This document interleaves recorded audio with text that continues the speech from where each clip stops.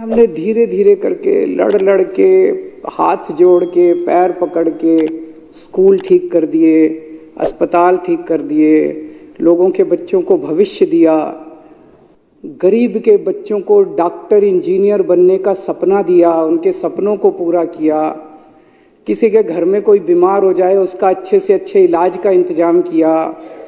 बिजली 24 घंटे की, बिजली मुफ्त कर दी, पानी मुफ्त कर दिया, तीर्थ यात्रा करवा रहे हैं बुजुर्गों को। इतने सारे काम किए, जनता बड़ी खुश हो गई, जनता का दिल जीतने का काम किया।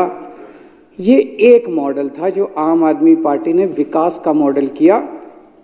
और उसके बाद हम लगातार एमसीडी के चुनाव हुए, उसके बाद हम 2020 में चुनाव हुए, लगातार सारे चुनाव भारी बहुमत से जीतते जा रहे हैं। और ये अभी जो बजट रखा गया, अब तो जनता कह रही है कि ये 7 सीट भी हमारी आएंगी इस बार।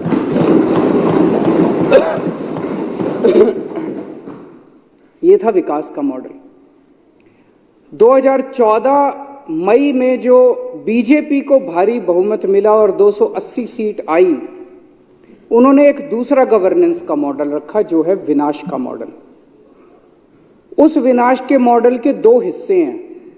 एक हिस्सा है सामने सारी पार्टियों को कुचल दो, खत्म कर दो, खरीद लो, तोड़ दो, गिरफ्तार कर लो, जेल भेज दो, ईडी लगा दो, सीबीआई लगा दो, सामने कोई बचेगा ही नहीं तो चुनाव किसके बीच में होंगे, फिर तो यही है।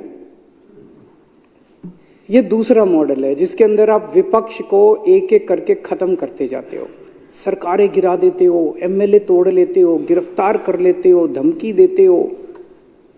और इनके विनाश मॉडल का दूसरा हिस्सा है कि पूरे देश में कहीं कोई विपक्ष की सरकार अच्छा काम कर रही हो, उनके कामों को रोको, खुद अच्छा काम नहीं करो, उनको अच्छा काम करने से रोको। अगर कोई देश हित में इस देश में दूसरी सरकार कोई काम कर रही है तो उसको अच्छा काम करने से रोको।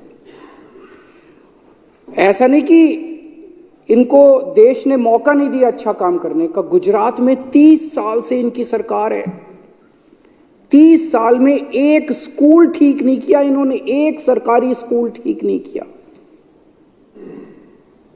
अभी जो गुजरात के अंदर विधानसभा के चुनाव हुए, उसमें एक दिन प्रधानमंत्री जी का मन किया कि ये मनीष सिसोदिया रोज जा जाके स्कूलों में फोटो खिंचवाता है डेस्क पे बैठ बैठ के, तो एक दिन प्रधानमंत्री जी का मन किया मैं भी जाके डेस्क पे बैठ के फोटो खिंचाऊं।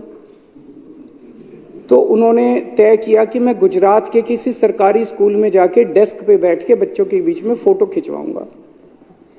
पूरे गुजरात में ढूंढा इन्होंने, 30 साल में एक स्कूल ऐसा नहीं मिला पूरे गुजरात में जहां प्रधानमंत्री जी जाके इज्जत के साथ फोटो खिंचवा सकते।